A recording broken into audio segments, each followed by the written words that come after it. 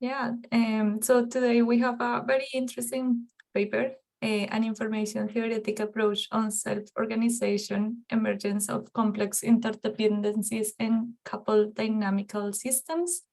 And our presenter is Dan Kovacek, so the floor is all yours. Thanks. Yeah, so like most papers, I get really excited at first, and then I dig into details, and I get, oh, geez, kind of bogged down a bit, and then, given enough time and enough persistence, maybe I come out of that a bit. This one was no different. I'm really interested in cellular automata. I think it's very cool, very beautiful idea, and so when I started digging in this weekend and looking at some of the examples, it really piqued my interest. Here on this introductory slide, we have I asked DALL-E to produce a pixelated portrait of John Conway in the style of Game of Life. I think it looks more like well, anyway, I don't think it doesn't resemble John Conway that much, but it's kind of neat. So I think what I'll do seems to be okay. So I'm not going to follow the paper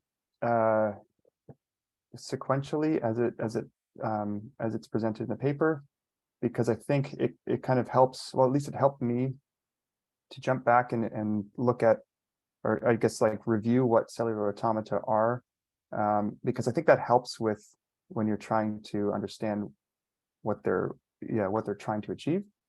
And I want to start with just a little bit of a link to like, I guess, more classical system dynamics, because I did that, and it was really interesting. I have a Stephen Strogatz book about nonlinear dynamics and chaos that I really enjoyed, and seeing that link and see that this is what they're trying to do. They're trying to link the dynamical systems, coupled dynamical systems, and information theory. And it's I think it's nice to go back a couple of steps and look at where, sort of the trajectory of those questions.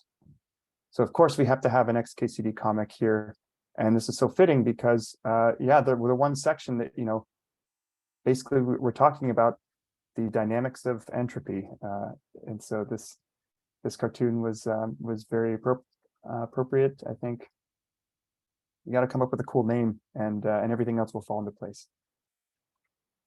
Then, yeah. If I may interrupt for a second, we are looking at your slide, but we are seeing your whole screen, I think. Yeah. Okay. If that is the intentional, case. It's okay. I think it's okay. I'm trying to see my other screen at the same time, so I'm doing it this way. I hope it's not too small. No, it's not. I've tried to make the writing really big to it's working great. Okay. Yes. So taking a step back into, like, where dynamical systems came from. So trying to, going back to Newton in the 1600s, I guess the motivation was to solve things analytically, to understand mechanics analytically. And I think, beyond the two-body problem or the universal gravitation, analytical solutions kind of became, I don't know, maybe few and far between, or just understood that it's not possible in many cases, or many interesting cases, or most interesting cases. And then Poincaré, and I'm missing an accent aigu on that E, sorry. But came along in the 1800s, and discovered that, well, most nonlinear systems are unsolvable. And so instead of approaching it trying to solve problems analytically, he said, okay, well, maybe we can figure out something about the problem itself or the system itself. When is it stable? When are the trajectories? Because that's what we're interested in dynamics, looking at trajectories of systems. When are these stable, and when aren't they? And so this kind of classic problem in population dynamics, this describes, it describes many things, but one of them is population dynamics. But we can see that at the bottom here in the parameter space, by by taking a whole bunch of initial conditions and following them in time, to wherever they go. So tracking the trajectories or tracing out the trajectories, we start to define these different spaces where we have one stable regime given, if you're in some area, you might have one stable regime, and then if you cross over some boundary, then you might have multiple stable regimes, and those are characterized by features like attractors, and the different stable regimes are separated by saddle points or this kind of thing. And so there's all these other features, like as you go up in complexity in, as the number of variables in the dynamic system increases, you get different features. So, here we have bifurcations, and we have a bifurcation, and we have two attractors or one attractor. We have two different zones of stable regimes. But this any system will have a different combination of those, and more complex systems will have different features, like this one, like Lorenz found in the 60s. This has attractors, but these are called strange attractors because they are periodic, but they're non-repeating. So coming back to Kolmogorov here, the question that he and many others, and I'm compressing decades of this work here. So along the same lines of, I guess, an extension of Poincaré, they were asking, okay, well, when can systems be solved analytically? And then when computers came around in the 50s, this whole avenue opened up opportunities to look at dynamical systems. And so it kind of helped create all this new intuition about these different features and when they're generated and why. And so now we come to this idea. So instead of setting up the system of equations that describe the systems as in differential equations, can we just use information measures to detect the same kind of features? So can we use them to detect attractors and closed orbits and strange attractors and those things? And I think that's a really cool idea. And so this animation on the left here is, we can see this sort of repeating pattern at the small scale, and it's zooming out, and ultimately, this is describing the game of life. But as we zoom out, we can see other things going on, and in the full original source, this comes from there's all kinds of YouTube videos about game of life, and this one is describing game of life in game of life. So I think maybe it's John Conway said that if you can't predict what it's doing, it's probably capable of doing anything. So this link. So the way they describe in the paper, they describe attractors or really any feature. They're statistical structures that induce the interdependence. So it almost seems like they're coming at it from the opposite direction. They're saying these exist, and we can just discover their existence by calculating the statistical interdependence. And then the structure or organizational richness is measured in terms of information decomposition, and that's based on probabilities of states. And that's sort of analogous to structure as pattern complexity that from Kolmogorov. So in this paper, I think it's a lot of work is done to sort of formalize in a general sense some of these questions. But in this paper, I think it's just fixed points, so attractors that they get at. And at the end in the discussion, they say, okay, well, this can be generalized to other features that are associated with more complex systems. But I think the way the methodology unfolds, it really just looks at fixed points. And yeah, so they use this really helpful analogy here to Michelangelo's sculptures. So we can as the system unfolds, so as we move from a block to a sculpture, we're removing material and we're chiseling away entropy also. So the joint entropy of the system can be described as it's always decreasing if we're removing material, but it can decrease by correlation, but it also can decrease by just taking shape. So that's at the bottom right, it would be independent.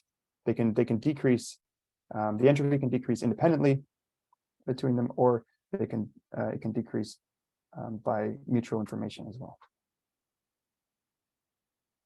So now stepping back into the the methodology that they use, or the framework that they use to investigate all these things, it's elementary cellular automata. And so an agent, they use the term agent here, but an agent is basically a cell, and the cell has two possible states. It's a 0 and 1. And so now a coupled system is a system or a set of cells that interact based on rules about the configuration of neighboring cell states.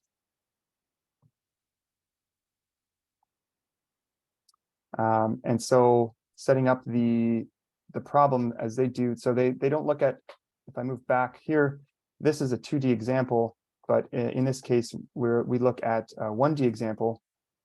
So we have some number of agents in this array X, and they exist in this phase space omega, and the phase space is the possible configurations, all possible configurations of n agents. So on the left here, we see an example of how this 1D example unfolds in time. And so we start at some initial condition, and in this case, I randomized it. So basically each one of these, and there's 17 agents on the bottom here because that's what they use in this paper. So there's 17, and I just basically randomly assign them and let it unfold in time based on some rule. I'll get to what the rules are in a bit. But so basically we have this mapping function phi, and it maps the state of each agent based on its immediate neighbors to the next time step. So it looks sort of 2D here, but really it's 1D, or it is 2D, I guess, but 1D in space and 2 in time. The second is the time. And so, yeah, the function, the mapping function is basically that's the next slide. No, it's not. The mapping function is what dictates the state at the subsequent time step based on the states of itself and its immediate neighbors in the previous time step. So yeah, they spend quite a bit of effort formalizing the constraints and principles. The first two are, I think, to me, a bit more accessible, and then the third one really gets, I think, a bit more abstract for me. So the first two are constraints, and the third is more of like I think a goal. I think they describe it as a goal, and the first two being autonomy. So this is just time invariance. I had to remind myself, I had to go back and remind myself that this does not equate to periodicity. It just says that the system will unfold in the same way given any, if you start at any point. So that doesn't mean at any point it will look the same. The states can be different, but the evolution will, the evolution is invariant regardless of where you start.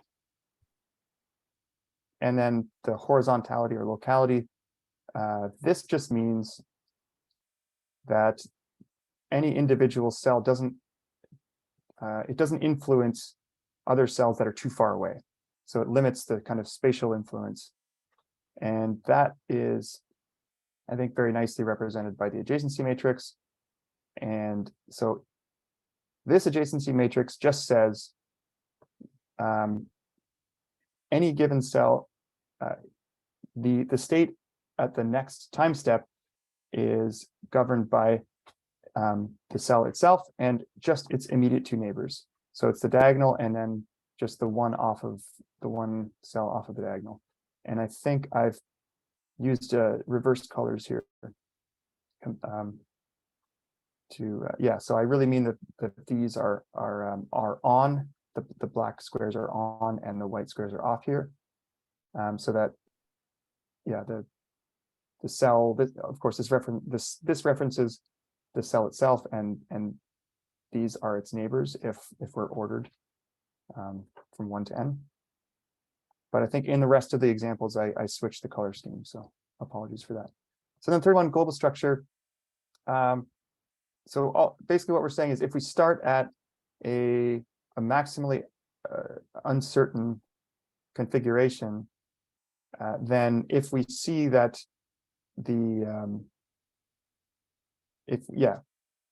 if we see an evolution from less to more structure, then that's we say we've detected self-organization, and that will occur at different time scales. And we can also characterize that structure in sort of a spectrum of redundancy to synergy dominated, meaning mutual information to sort of like collaborative information. So yeah, one of the conditions is that we use ensembles of configurations, so probability distributions, instead of just starting out as ensembles. This is one of the questions I have at the end. How do we actually implement this? But the idea is that instead of just the phase space, we can have dynamics of the evolution of probabilities itself. So we sort of have two different phase spaces, and they're different. And so yeah, what describes the evolution of the probability is this Frobenius-Perron operator. I didn't dig farther into this, but suffice to say, this is how they describe probability, the evolution of probability distributions in time. And really, and that's what they base yeah, like, you know, the periodicity of any patterns or any structure. It's based on when the system reaches a state of probability distribution that has already been seen.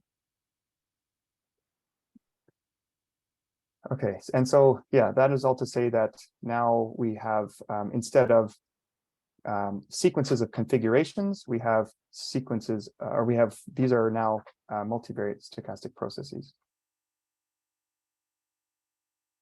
And one important point is that the properties of this stochastic process are completely determined by the initial distribution that you choose and the mapping function that maps a state from a cell or an agent from one state to the next.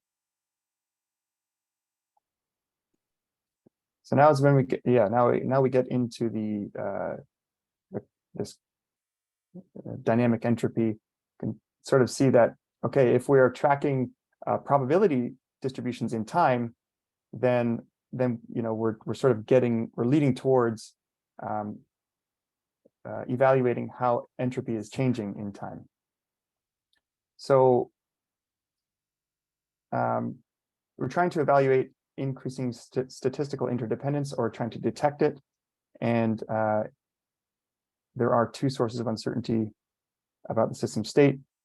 In this case, we only have we only have the first one, stochastic initial conditions, that contribute to uncertainty about the system state, because we are using deterministic dynamics, so the mapping function is deterministic.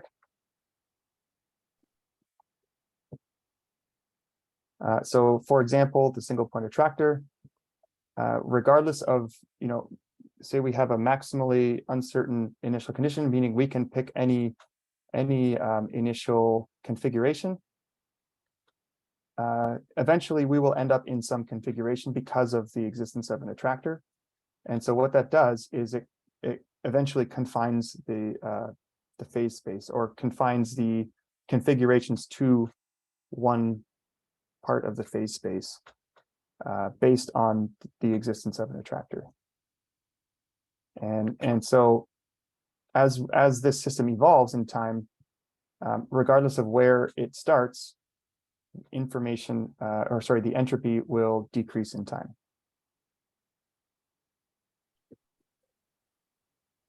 And we can decompose the entropy at any state into parts that are shared, so that's just mutual information, and parts that are not shared, or a part that is not shared.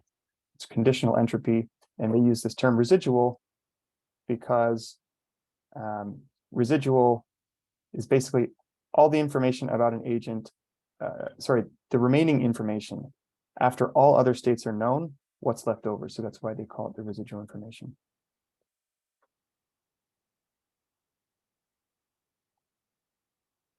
And then, okay, so the binding information then is the strength of dependencies, either linear or nonlinear, between two or more agents. So the residual is basically the case of the information between one agent and itself, and the binding information is the mutual information between two or more other agents and the target agent. And that is the complement of the residual information. So with these definitions, we can say that the maximum entropy occurs when there are no interactions between agents. So there's no binding information. There's no like higher order structure. And then entropy is minimum when systems exhibit no diversity and binding information is limited. So they're independent. So then binding information, they also decompose into these two terms called redundant and synergistic. It's not a binary classification. It describes a spectrum, and we'll see why in a moment. But redundant basically means that observing a single agent allows us to predict multiple other agents. And then synergistic means we can only know something about the state of one agent if we have information, or if we have observed more than one other agent. So in this case, we'll look at the two extremes. So the strong redundancy, it doesn't want to seem to go. There we go. So strong redundancy. This is a really nice way of representing the states. So basically, these are all the possible precursor states, right? These 8 arrangements of 3 squares.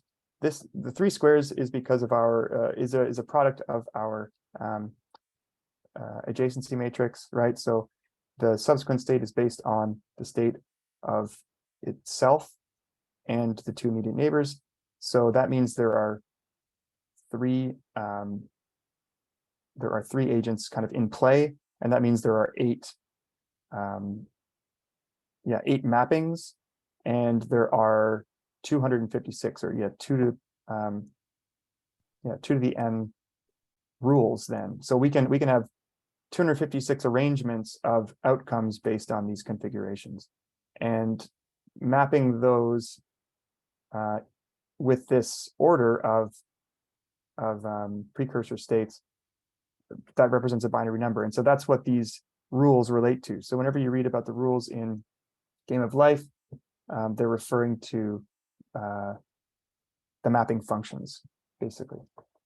So in this case, we can see that when it comes back around again, there's an initialization at the top, and it quickly settles into a very stable, predictable state and continues. So that's called low diversity, and it's strong redundancy. That makes intuitive sense. In this case, on the other end of the spectrum, this is rule 90. And if we initialize it in one particular configuration, which is a single positive cell or a 1 in the very middle, then we get the Sierpinski triangle. And it's just a different arrangement of these mapping functions. So we can't predict a cell state based on itself in time. We need a whole bunch of others to predict anything. But there's also something in between. And so here, a slight change in the rules gives us a very different evolution of the system.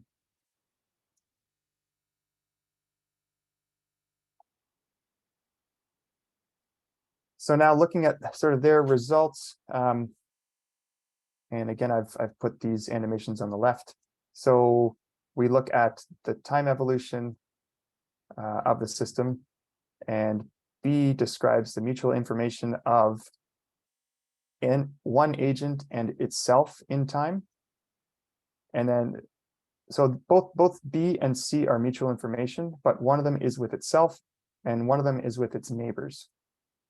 So C is then the spatial correlation with the neighboring cells.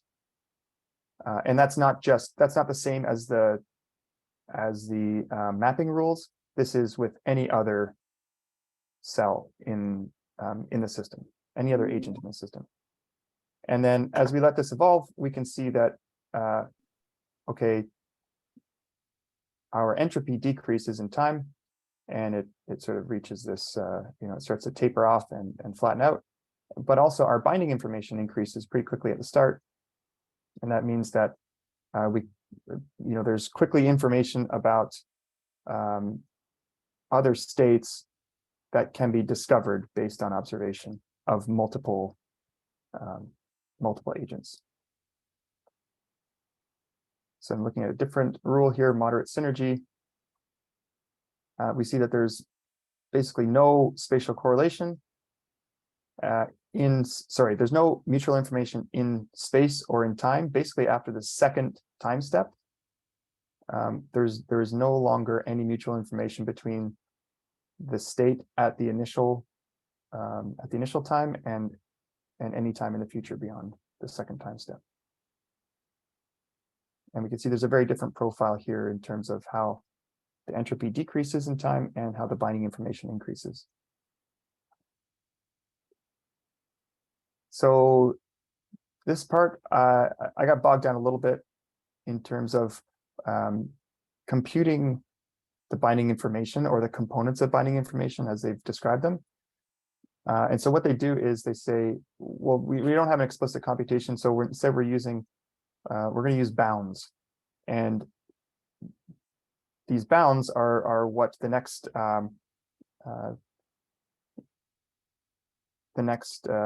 slide are based on, which is the maximum information by any group of some number. So as we look at larger and larger groups, what is the maximum information that group provides about any particular cell?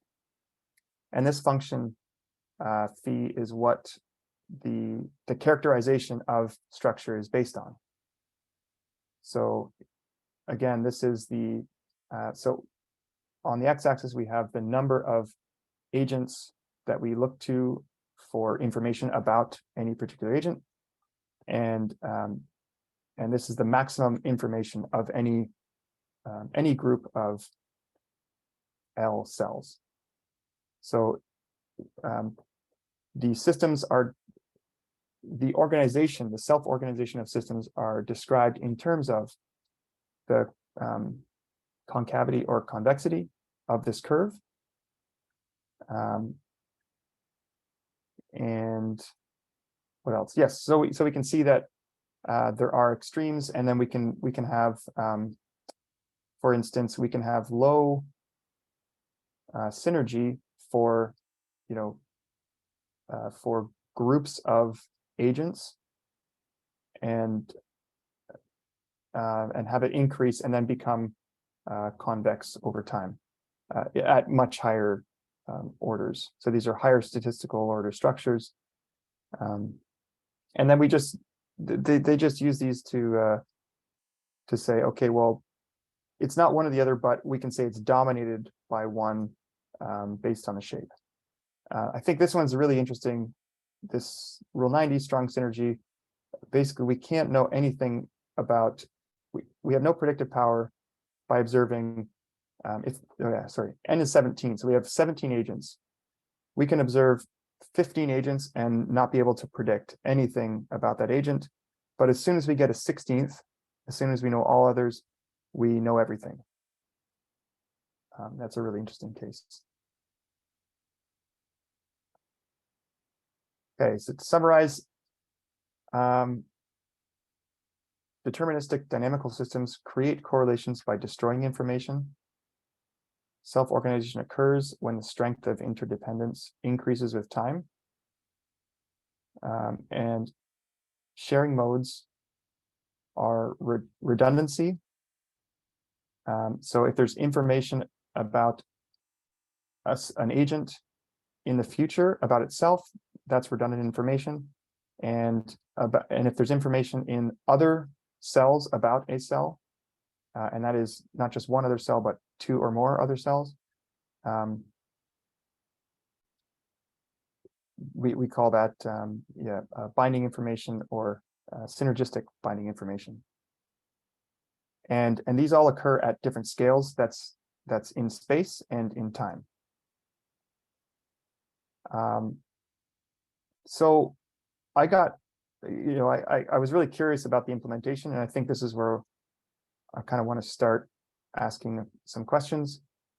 Maybe to the group. I don't know if anyone dug into it that far, but Appendix D, I think it was Appendix D, is where they offer the implementation of it.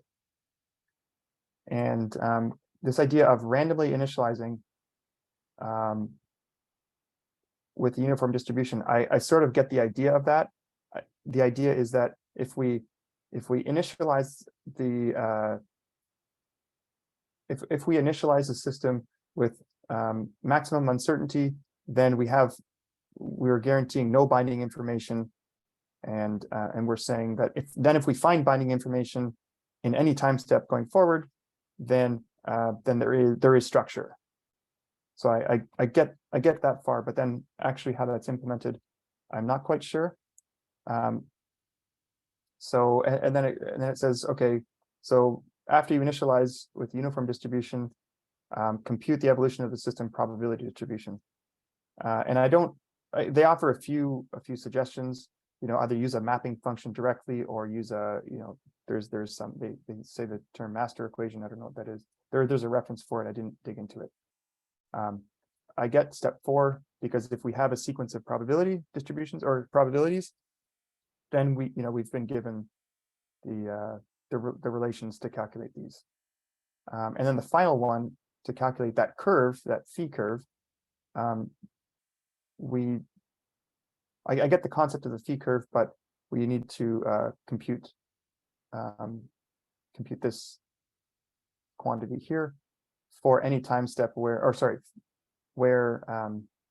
the binding information is greater than 0. We compute this at t naught or t0, and that was confusing to me in actually how we implement. So the evolution of the system probability distribution, I didn't see how to do it directly. I thought maybe, okay, I understand. We have configurations, and we can represent those as binary numbers.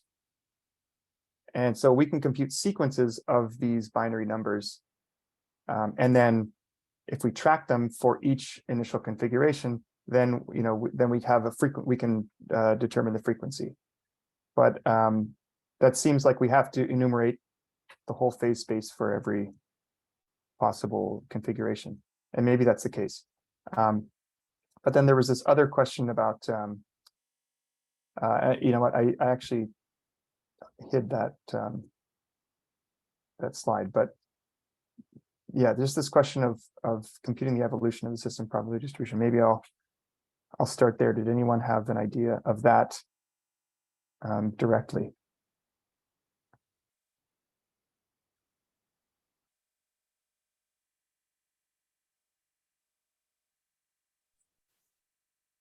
And it's interesting that you chose this paper to cover. I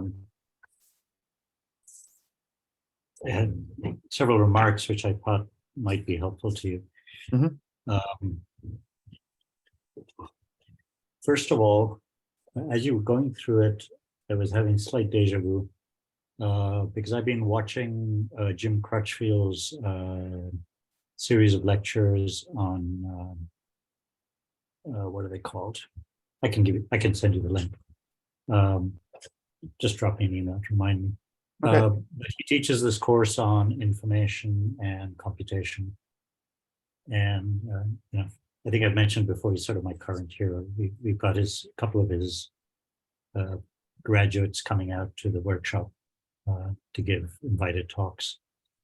And I think you might enjoy the papers. You know, papers are always very condensed, right? I think you might enjoy watching his lecture series from beginning to end.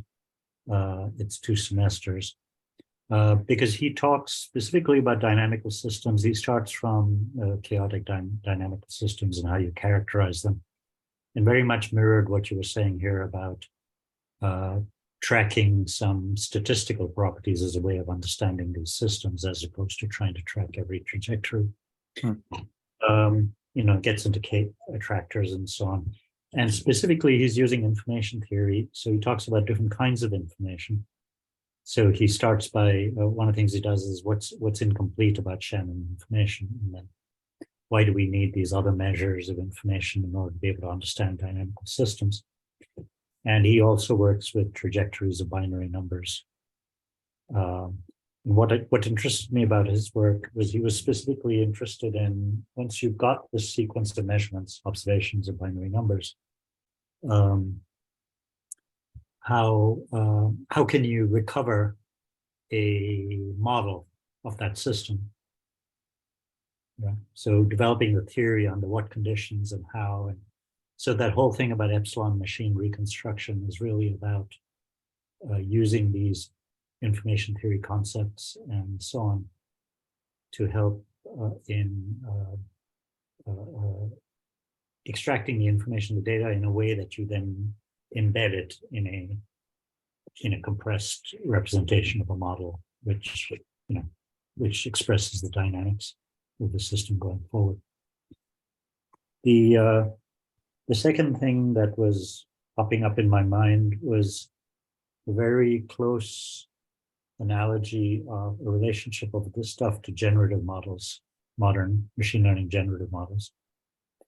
Because essentially generative models, not quite ChatGPT-3 or those, because in ChatGPT, what happens is you have a deterministic model, but it has a probability at the end. So it's a probability of what's the next symbol that you choose, right? But in generative models that are used for GANs or for making images or anything like that, what they really start by is you initialize with random noise. And then as you pass through the network, very simple rules of how to combine noise give rise to structure, until eventually at the end, you have a full image, right? And by just changing the noise, you change the image, right? But in essence, you get the idea that what happens is that all the fantastic structure in the world that we see is ultimately driven by random noise. And so this thing of cellular automata, it really sort of went, light bulb going off. It's all related to doing that, but doing that in a dynamical sense, as opposed to if you're generating an image, you're just generating a static image, right? So now you could imagine, instead of generating a static image like DALL-E, you would be actually generating a dynamical image, which is changing in time. And that's what we call life, right? It's this sequence of structures. And all that requires is to start with random noise, some simple rules based on neighbors and so on, some recursion, and some layers and hierarchies. So the structures at lower layers become the input to the structures of higher layers and so on and so forth. So all of a sudden, as you were talking through this, it's like all of this stuff is related, but people are studying it from different perspectives.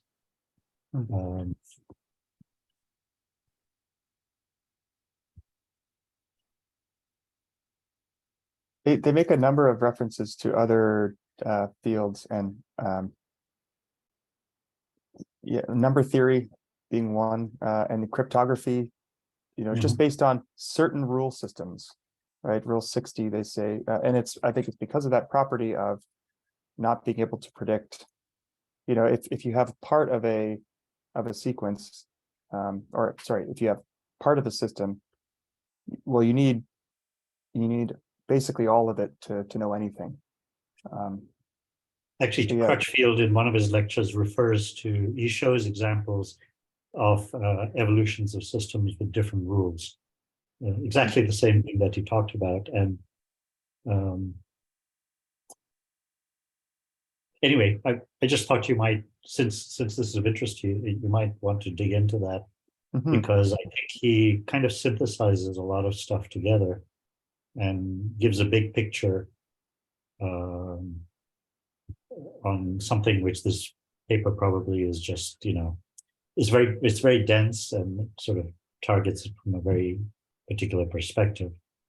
Whereas he's coming at it not only from the information theory perspective and dynamical systems, but also how you connect that to computer science and algorithms, and ultimately into building a state and state transition representation of the system.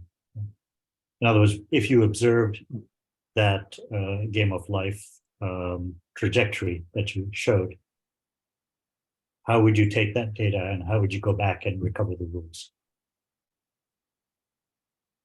Yeah, I guess the idea is that you can't. I watched an interview with John Conway. There's a really nice short interview with John Conway some years back, and he describes. So I guess I don't know where it first came from, but von Neumann, had done a bunch of work on it, but had used a system of 21 different states, because I guess he was interested in the idea of colonization, like colonizing Mars. So Mars is full of iron oxide.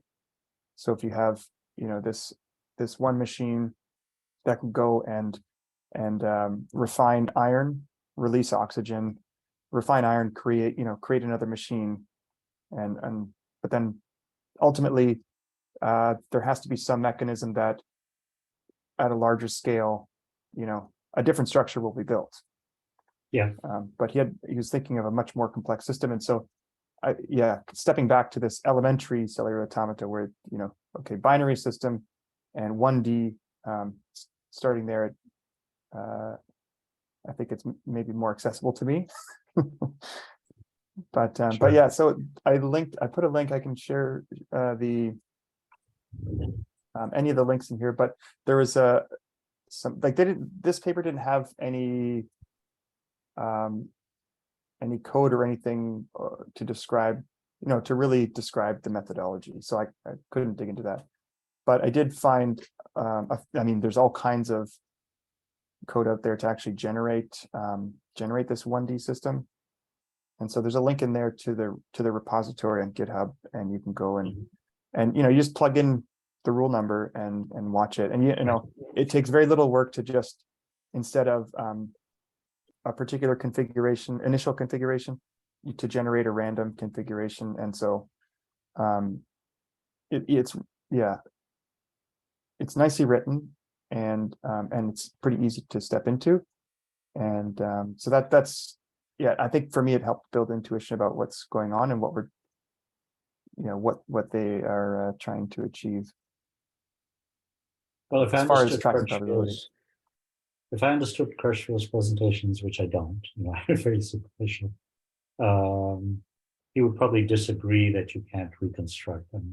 That's the whole focus of his work, is under what conditions and how, and how do you actually go about doing them? Okay. Not from individual measurements, but from sequences of measurements. So he very clearly makes the point that you can't treat the observation as the state. You have to treat a sequence of observations as being something from which you can recover an estimate of the state. Okay. So yeah, I've just changed the slide here. There was, this last point. I did not.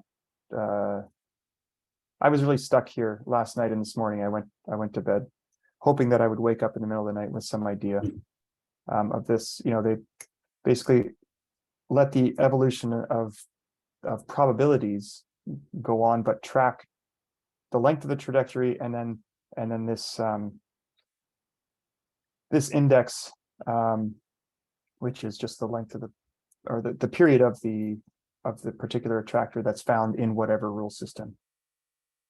And so that's how they come up with this value t, which is then used to define phi.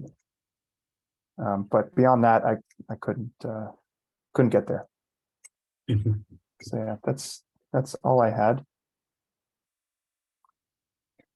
Can I ask a much more basic question, like going probably 30 steps back, but it's related to that implementation that you mentioned? So not knowing much about cellular automata, so what we're looking at when we see that vertical scrolling, we're seeing the 17 cells, right? And then when it's like vertically scrolling up, that's time, right? So it's like every vertical row is time.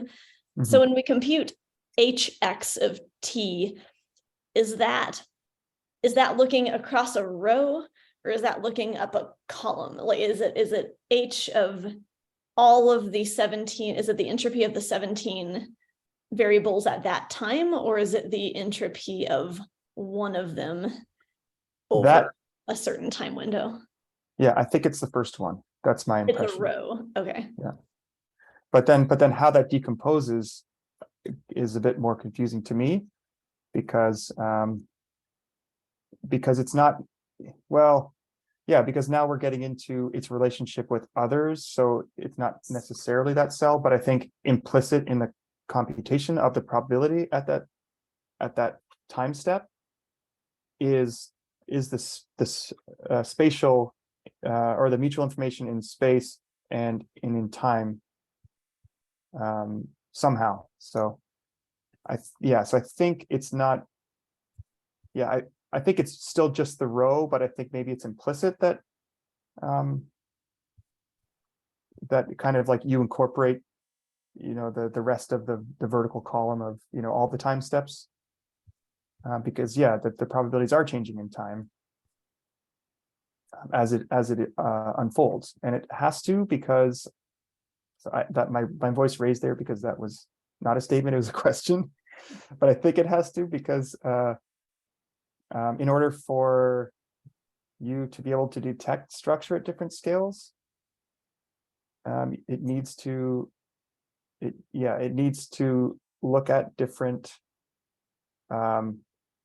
different periods. Does that make any sense? I think I was just that hx of t, and I was thinking it was across the rows also. So I was imagining like that plot right there in the orange and the blue, it's time step. So each time step is a row. So it's like the entropy across, those like 13 rows. But then, when I looked at the equation for the binding information and the redundant, what was it called? The opposite residual. Of the residual. Mm-hmm. It seemed to have a lot of it. It was complicated, and I was like, how do you compute those with just 17 data points if that's the size of your domain, and you have 17 ones and zeros, and entropy, you can compute entropy, but I was kind of wondering, there's got to be something more, like something more about the whole time history, or it's actually like much more multivariate or something than I'm like imagining that it is. Yeah, and I think that has to do with because computing the h of x at t is it does incorporate the mutual information at all other time steps, I think, between itself and in the past. So actually, I'm going to go back up here. So yeah, this, right? So this is the mutual information B of the cell and itself at any other time step. So I think as it unfolds, like the first step in the procedure is to evolve the probability distribution. And so, yeah, but then the details of that is where I get sunk. But I think because of these two here, B and C, it is looking basically like this is a pairwise correlation. So this is a cell and any other cell. So yeah, it's somehow it's implicit that the probabilities incorporate a bunch of different scales. I don't know if I've said that right, or if that makes sense. I think like yeah, just a function where they actually do it would help clarify a lot of things for me anyway. Yeah.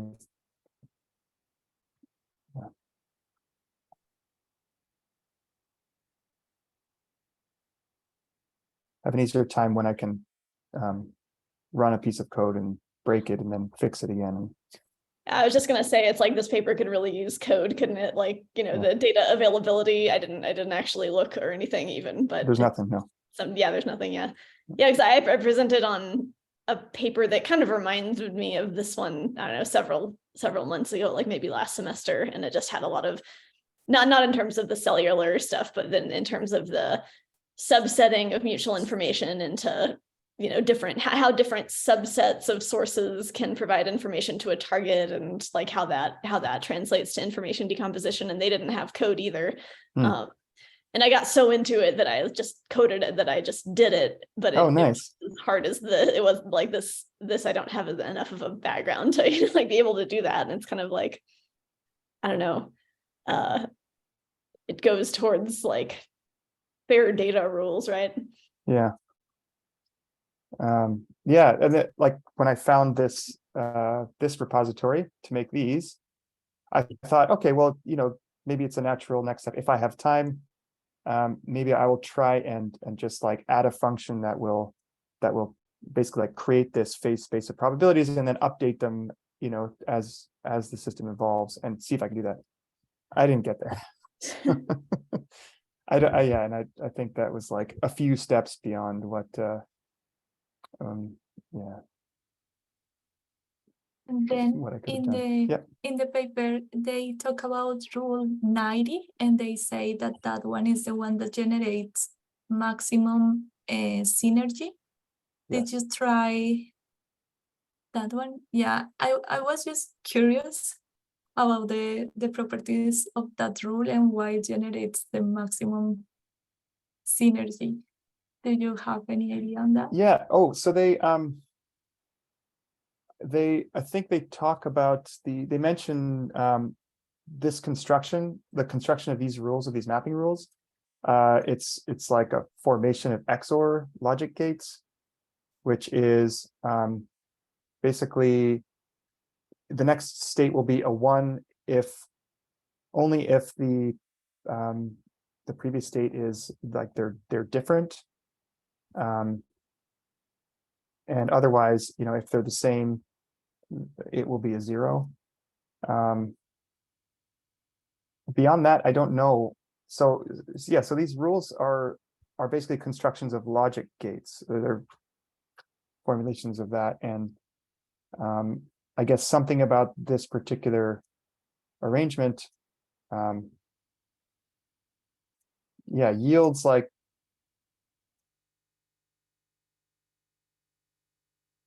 Yeah, that's a really good question, and I don't know. But yeah, just simply like rearranging, these outcomes yields just very different structure, which I think is really interesting. And yeah, all we're doing is rearranging some logic gate some assembly of logic gates. And I think it's really neat that such different, coming from, like, these are the polar opposites, right? These are the opposite ends of the spectrum. So strong synergy, and it's not going backwards, but there we are, strong redundancy. That's the opposite end of the spectrum. And yeah, we've just rearranged these bits, and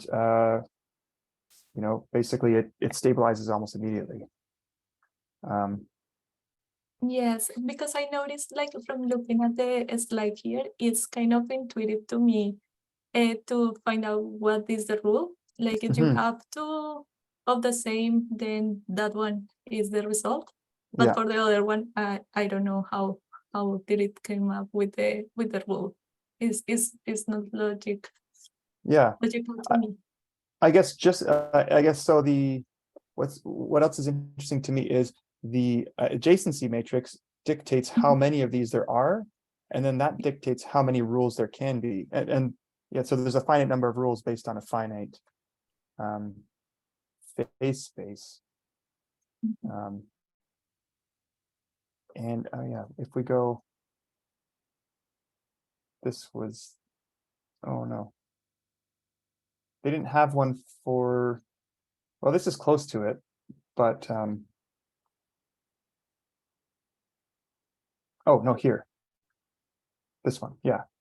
So this is rule 90, and yeah, I think just the contrast between these two plots is very interesting. That yeah, we can predict about really any other, or we reach basically as good as we're going to get by just knowing by just observing two agents. We basically get as much as we can in terms of predictive power.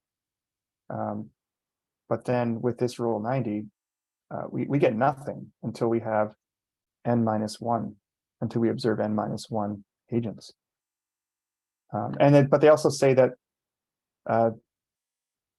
like this, some of these observations could be a result of the size, right? Like you can only observe something, you can't observe a pattern that's bigger than the system, right?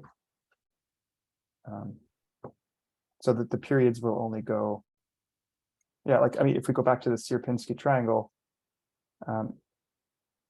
you will see, if it kept going, is this it?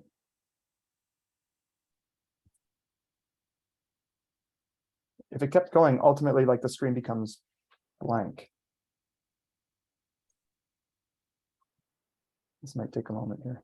Nope. All right, we have these very clear patterns, but if we let the system keep going, like, we don't have it. Like, I made this system much bigger, so there's, I don't know, 200 or maybe 500 agents in this one, just to show a bigger pattern. But if we let this go, eventually we're not going to see anything because we're not observing enough agents. So we can't see higher order patterns. I think that was my takeaway from that.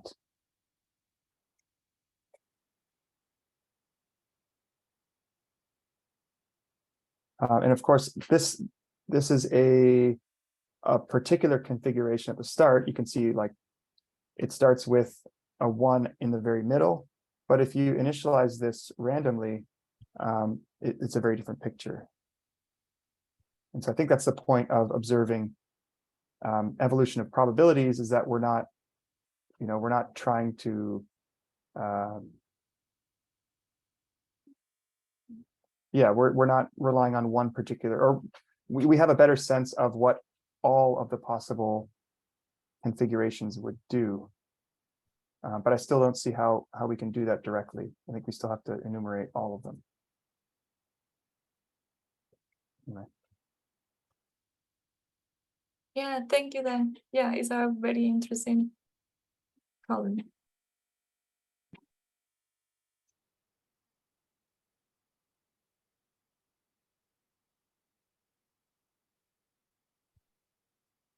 Like, because it sells. I think Jonathan has a comment? Oh, yeah. So I just Substars are was, often- yeah. it's not that there's no positive values, it's just that they're not printed on the screen because within that triangle, there's so many zeros that you can't print, you can't actually print a positive value, right? Yeah, so, well, this could be, It's I not think, that they don't exist, it's just that your printing domain is too small, right? maybe. So yeah, to make it print, like this could be a vestige of how I implemented this. Because it should be cyclical, right? Like each agent should have two neighbors. So that means that the first and last ones are each other's neighbors. So it should reflect. And I don't think that's reflected here. Because there is a buffer. Like I noticed in the code that they do add a buffer to either side, but they do, but it is cyclical, or it is, yeah. So the first is connected with the last. But I think that's maybe the implementation. So maybe this isn't quite correct. Like we might see it fold in on itself or something if it were like it. I would think it should, if the first and last cells were connected.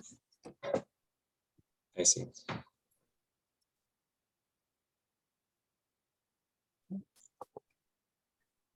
Are you sharing your code that you used to develop this? I can share it. I made a slight modification basically. So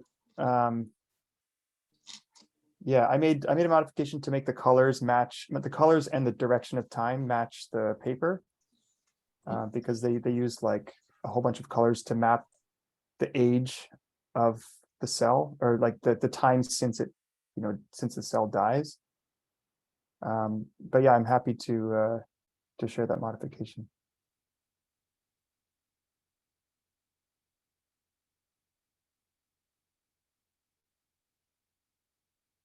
Yeah, there's the. Oh, I'm not sharing my screen anymore. I'll post the link to the replay here.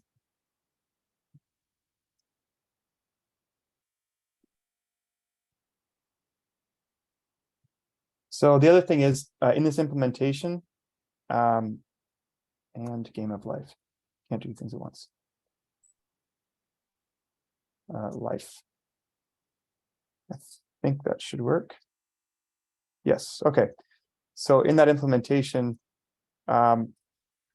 what this person does is they take half of, like, they set a space, and they take half of it and they say, basically they set a boundary. And once it hits the boundary, then it becomes the 2D game of life. So up to a point, it's running this 1D form, but then it hits a boundary halfway and then it changes. And so you see this, like, this basically the John Conway style game of life occur beyond that boundary. So that the 2D is being fed by this 1D, by this 1D system. So I also changed it to just get rid of that second part. But there's not much code. It's pretty nicely written.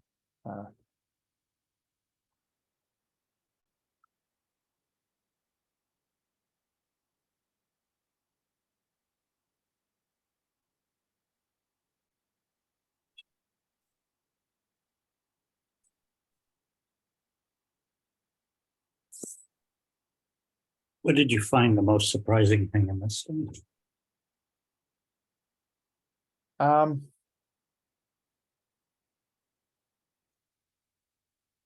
I think just making the link. I mean, some of these things in and of themselves are kind of intuitive. But I think just the link between game of life and logic, like, yes, of course, it's logic, but then I really think playing around with the code gives the intuition of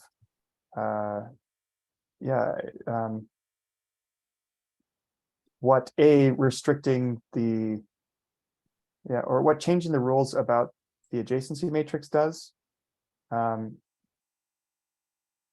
in terms of like the variety of things that can occur, right? As soon as you allow one more connection, then the number of right, like this set of 8 mappings becomes much bigger, and then that kind of allows the complexity of the system to increase. But, seeing the range of behavior of these rules, right? There's 256 rules given this mapping function and adjacency matrix. Given this adjacency matrix.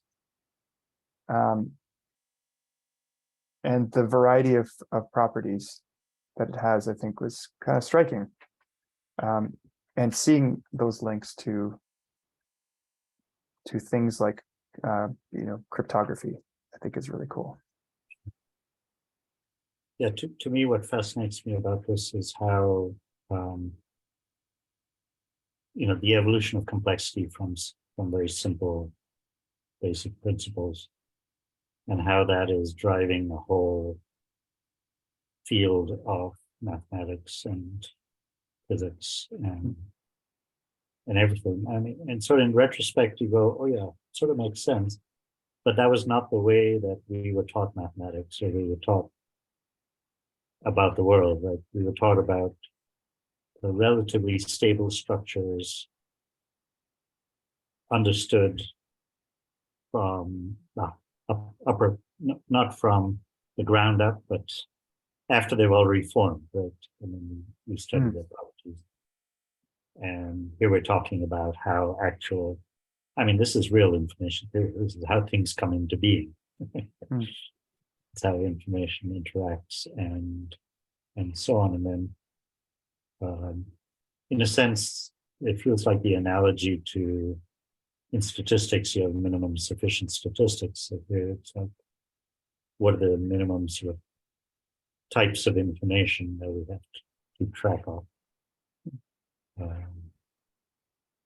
Different kinds of memory, different kinds of synergistic and destructive relationships, and certainly it's not the way that I was introduced to systems theory.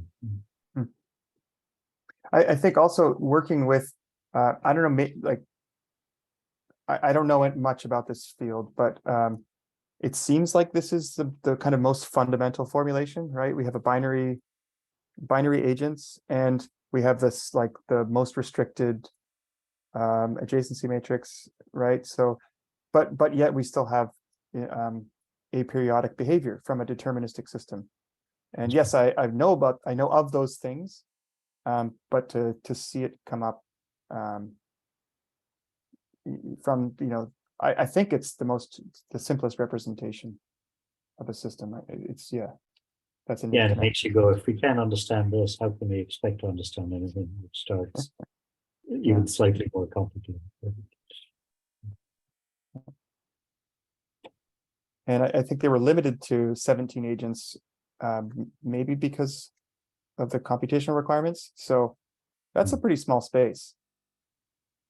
So thinking about how does that relate to knowing things about, environmental systems?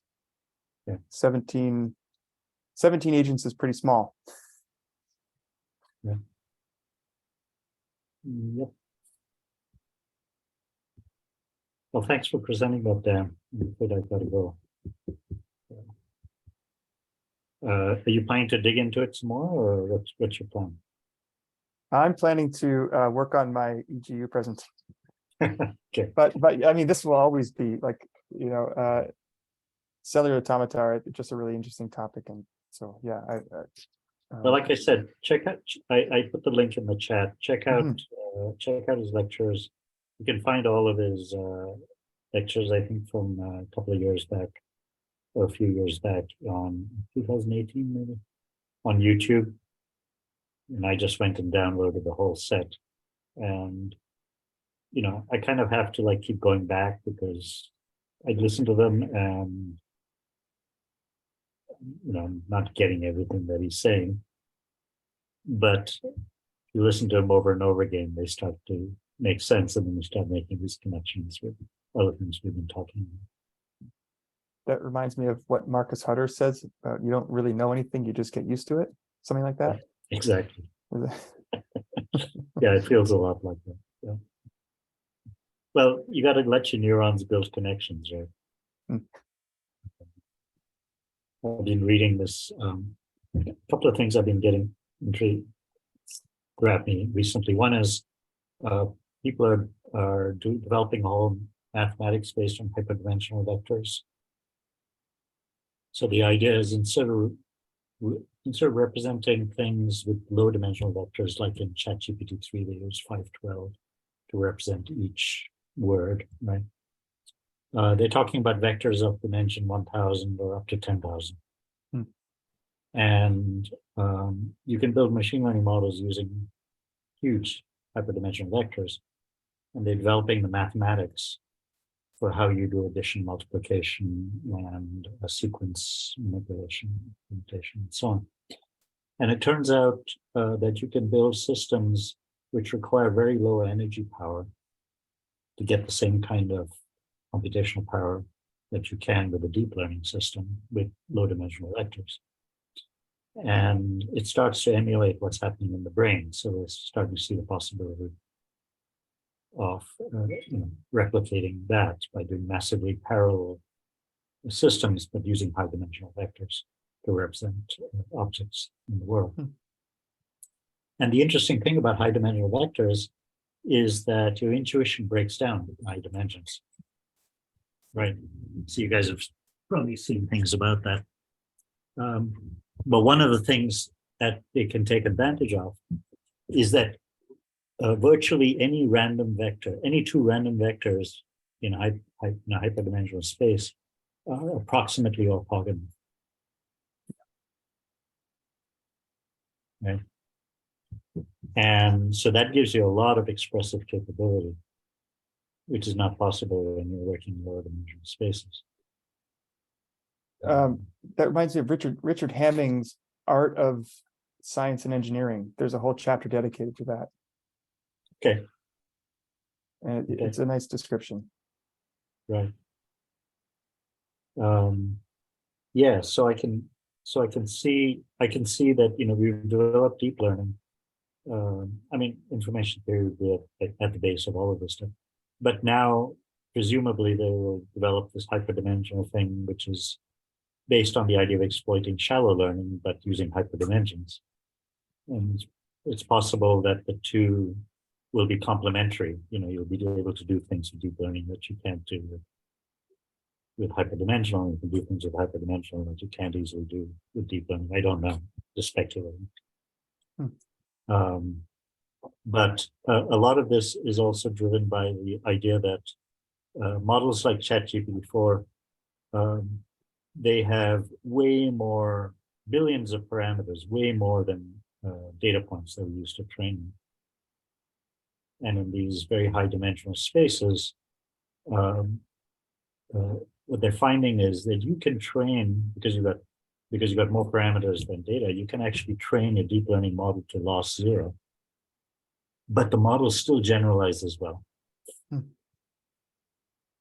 And you get like, there's a talk by this guy who showed that using L10 norms actually may give you better generalization than an L1 norm, for example, or just things that are non-intuitive when you think about it from the way that we've been trained. So you have to think in a completely different way about the mathematics or the way that things are.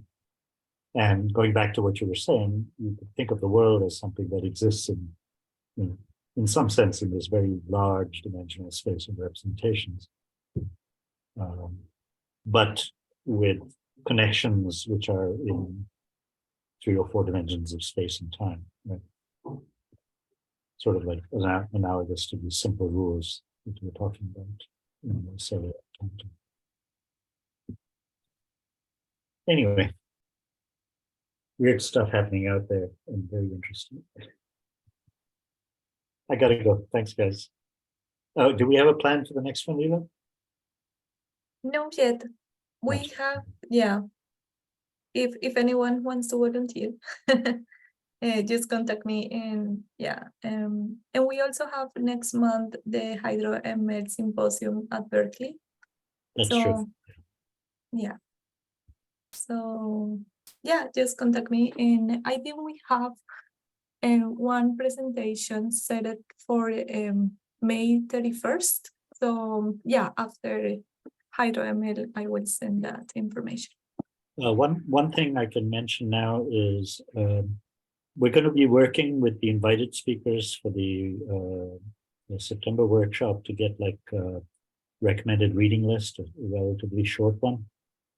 And so it might be useful for us to pick up those papers and go through them as something to do over the summer. So. Yes, so actually the presentation in May 31st, it's gonna be by Sarah Marcin. So she was invited to the symposium. Yeah, but she cannot attend, so she's gonna give the presentation here. And she's talking about information bottleneck, is that right?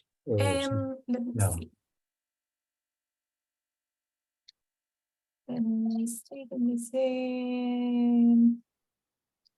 I have her paper here. So it's predictive rate distortion for infinite order Markov processes. And it's a paper where she's the first author and her co-author is Crunchfield. Rate distortion. Sorry, what was the other thing you said? That her co-author is Crunchfield. Jim Crutchfield. Yes. Oh, really? Okay. Yes. That would be cool. Mm-hmm. Yeah, rate distortion theory came out of Shannon Information, and it was in the information bottleneck paper too, as I recall. How much compression you can do without losing the information in the signal. All right, guys. Oh, did you post something? Yes. No, that is the title of the paper. Okay, but you'll send out the link. Yeah. Yeah. All right. Okay, thank you so much then. That was a fantastic presentation and thank you for the discussion. Thanks for your time. Bye-bye. Bye.